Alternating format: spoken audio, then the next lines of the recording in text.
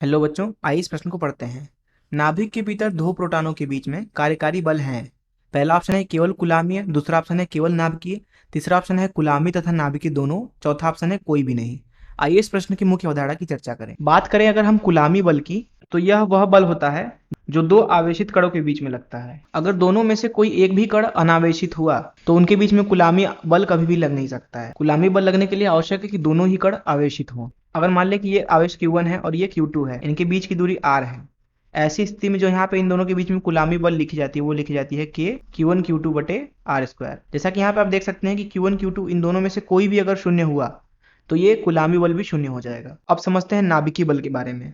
तो मान लेते हैं कि कोई एक परमाणु का नाभिक है कुछ इस तरीके से। तो परमाणु के नाभिक में न्यूट्रॉन भी होते हैं तथा प्रोटॉन भी होते हैं। तो हम बना लेते हैं न्यूट्रॉन न्यूट्रॉन, प्रोटॉन न्यूट्रॉन तथा प्रोटॉन प्रोटॉन। तो यहाँ अगर पहली स्थिति में देखें तो न्यूट्रॉन के ऊपर आवेश 0 होता है, तो यहाँ दोनों ही कण जो है वो न्यूट्रॉन है, इसलिए इनके बीच में जो वैद्युत बल होगी वह शून्य होगी। हम वैद्युत बल को Fe से दर्शाएं अगर, तो यहाँ पे जो वैद्युत बल होगा वो दरअसल 0 होगा।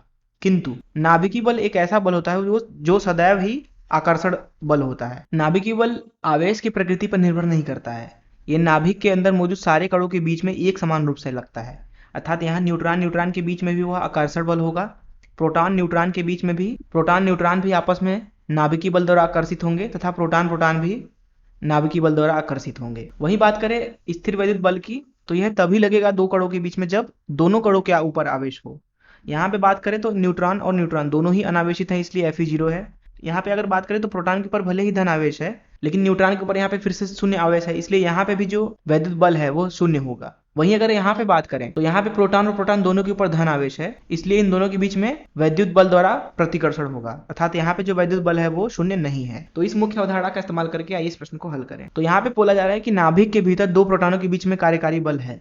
जैसा कि यहाँ पे आप देख सकते हैं कि दो प्रोटॉनों के बीच में नाभिकीय बल भी लगता है तथा वैद्युत प्रतिकर्षण बल भी लगता है। अर्थात यहाँ पे अगर हम देखें तो सी आंसर जो है वो हमारा सही हो जाएगा। अर्थात कुलामी तथा नाभिकीय दोनों बल लगते हैं प्रोटॉन प्रोटॉन के बीच में नाभिक के अंदर। वैद्युत बल को क्योंकि कुलामी बल भी बोला जाता है। तो इस तरीके से हमने इस प्रश्न को हल कर लिया। मैं आशा करता हूँ कि आपको इस प्रश्न का हल जरूर समझ में आया होगा। धन्यवाद।